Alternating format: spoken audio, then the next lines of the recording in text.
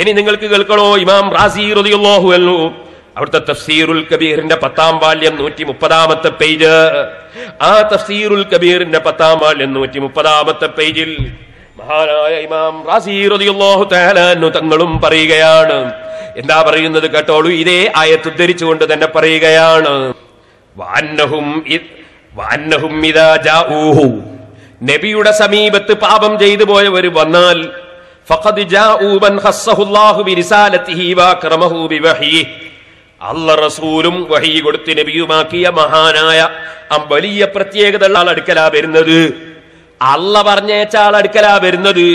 വജഅലഹു സഫീറൻ ബൈനഹു വബൈന ഖൽഖിഹി, ആ നബിയെ അല്ലാഹു തആല അവന്റെ ഇടയിലും അവന്റെ സൃഷ്ടികളുടെ ഇടയിലും മധ്യവർത്തിയാക്കി നിശ്ചയിച്ചിരിക്കുന്നു.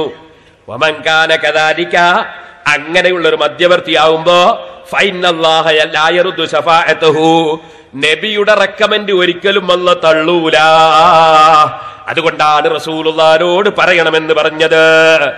ഇമാം റാസി റളിയല്ലാഹു അൻഹു തഫ്സീറുൽ കബീർ അതേ 130-ാമത്തെ പേജിൽ 10-ാം വാല്യം 130-ാം പേജിലും ഇത് തന്നെ രേഖപ്പെടുത്തുന്നു. ഇനി ഇമാം റാസി ഇസ്തിഗാസക്കെതിരാണെന്നൊന്നും പറഞ്ഞു വെറുതെ വിവരക്കേട്. അപ്പൊ ഇമാമീങ്ങളെ കിതാബ് പറഞ്ഞു, മദ്ഹബിന്റെ കിതാബുകൾ പറഞ്ഞു, പിന്നെ ഇമാമീങ്ങളെ തഫ്സീർ പറഞ്ഞു. ഇനിയും ധാരാളമുണ്ട്, പറയാൻ സമയമില്ല. ഇമാം റാസി അതാ റഫഅനാ ലക ദിക്റക എന്ന ആയത്തിന്റെ തഫ്സീറിൽ പറയുന്നു, നബിയെ തങ്ങളെ ബഹുമാനം അല്ലാഹു പറഞ്ഞില്ലേ, തങ്ങളെ അല്ലാഹു തആല തങ്ങളെ പ്രസിദ്ധിയെയും പേരിനെയും അല്ലാഹു ഉയർത്തി വെച്ചു എന്ന് പറഞ്ഞില്ലേ, അത് വിശദീകരിച്ചുകൊണ്ട് പറയാണ്. വൽ വആദു യുബല്ലിഗൂന വഅലക, വഅദ് പറയുന്ന പണ്ഡിതന്മാര് തങ്ങളെ ഉപദേശമാണ് ജനങ്ങൾക്ക് എത്തിച്ചു കൊടുക്കുന്നത്. ബലിൽ ഉലമാഉ വസ്സലാത്തീനു യസ്ലൂന ഇലാ ഖിദ്മതിക, രാജാക്കന്മാരും പണ്ഡിതന്മാരും ഒക്കെ തങ്ങളെ സേവനത്തിന് വേണ്ടി തങ്ങളെ ഖബറുങ്കൽ വരികയാണ്. വയുസല്ലിമൂന മിൻ വറാഇൽ ബാബി അലൈക, തങ്ങളെ റൗളാ ശരീഫിന്റെ വാതിലിന്റെ അപ്പുറത്തുനിന്ന് അവരൊക്കെ തങ്ങൾക്ക് സലാം പറയാണ്. വയംസഹൂന വുജൂഹഹും ബിതുറാബി റൗളതിക, തങ്ങളെ റൗളന്റെ മണ്ണ് കിട്ടുമെങ്കിൽ അവരെടുത്തത് അതാ അവരുടെ മുഖം അതുകൊണ്ട് തുടക്കുകയാണ്. വയർജൂന ശഫാഅതക, തങ്ങളെ ശഫാഅത്ത് അവർ പ്രതീക്ഷിക്കുകയാണ്. ഫസറഫുക ബാഖിൻ ഇലാ യൗമിൽ ഖിയാമ, ഖിയാമത്ത് നാൾ വരെ തങ്ങളെ ബഹുമാനം നിലനിൽക്കുന്നത് തന്നെയാണ് നബിയേ.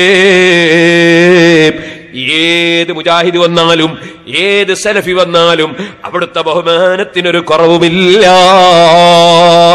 ഇമാം റാസി റളിയല്ലാഹു അൻഹു പറയാണ്. ഇനി സഹോദരന്മാരെ, ഇതേ റാസിയിൽ തന്നെ സൂറത്തുൽ കഹ്ഫിന്റെ തഫ്സീർ നോക്കിയാൽ നിങ്ങൾക്ക് കാണാം, നബി സല്ലല്ലാഹു അലൈഹി വസല്ലം തങ്ങളുടെ അടുക്കൽ കൊണ്ടുവന്ന് വെക്കുകയാണ്. എന്താ കൊണ്ടുവന്ന് വെക്കുന്നത്? സിദ്ദീഖ് റളിയല്ലാഹു അൻഹുവിന്റെ മയ്യിത്താണ്. എന്നിട്ടോ സഹാബത്ത് വിളിക്കാണ്, അള്ളാന്റെ റസൂലിനെ വിളിക്കാണ്. വിളിച്ചിട്ട് എന്താ പറയുന്നത്? അബൂബക്കറിൻ ഫിൽ ബാബി യാ റസൂലല്ലാഹ്, അള്ളാന്റെ റസൂലേ, അബൂബക്കർ റളിയല്ലാഹു അൻഹുവിനെ ഞങ്ങൾ ഇവിടെ കൊണ്ടുവന്ന് കിടത്തിയിട്ടുണ്ട്.